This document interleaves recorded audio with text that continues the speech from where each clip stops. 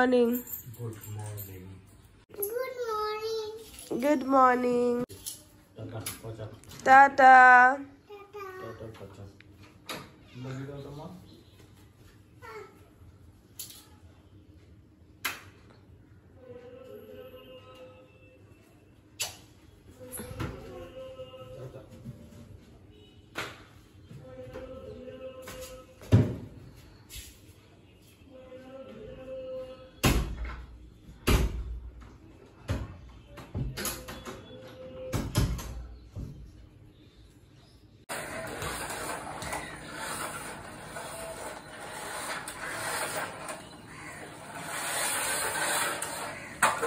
গনু গাড়ি চড়ে কোথায় যাচ্ছে?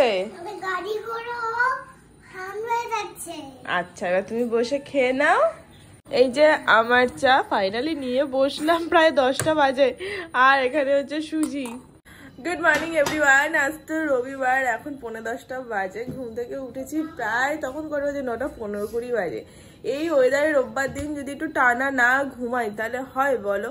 আর ব্রেকফাস্ট নিয়েও কোনো ঝামেলা নেই, দুপুরে রান্না যা করব মেনু যা ভেবেছি সেটা নিয়েও কোনো ঝামেলা নেই, খুব তাড়াতাড়ি হয়ে যাবে। তাই ভাবলাম একটা টানা ঘুম দিই, বাকি ঝাড়পোস্ত রয়েছেই। ওইটা খাবে, ও খাবে না। এই ব্যাপার।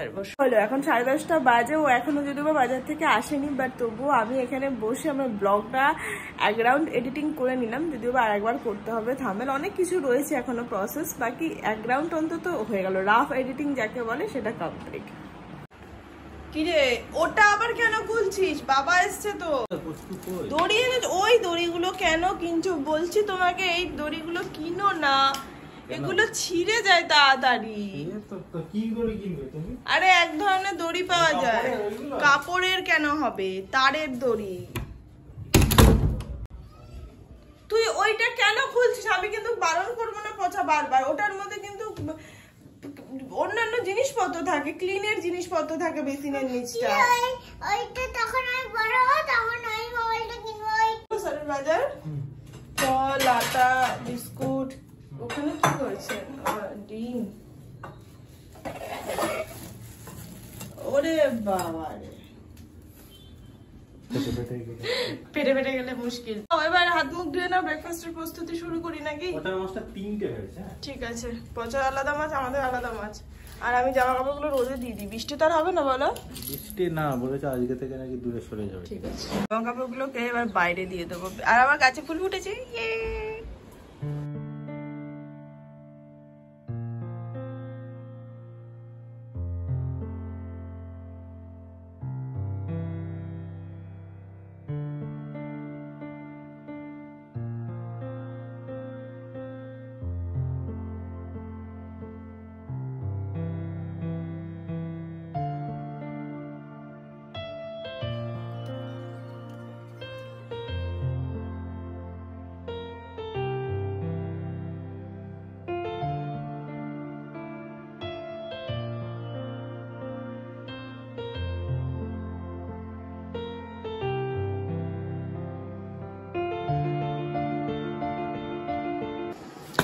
সকাল সকাল গানের সাথে লুচি আর চা, আর এখানে স্যারের তরকারি আর লুচি।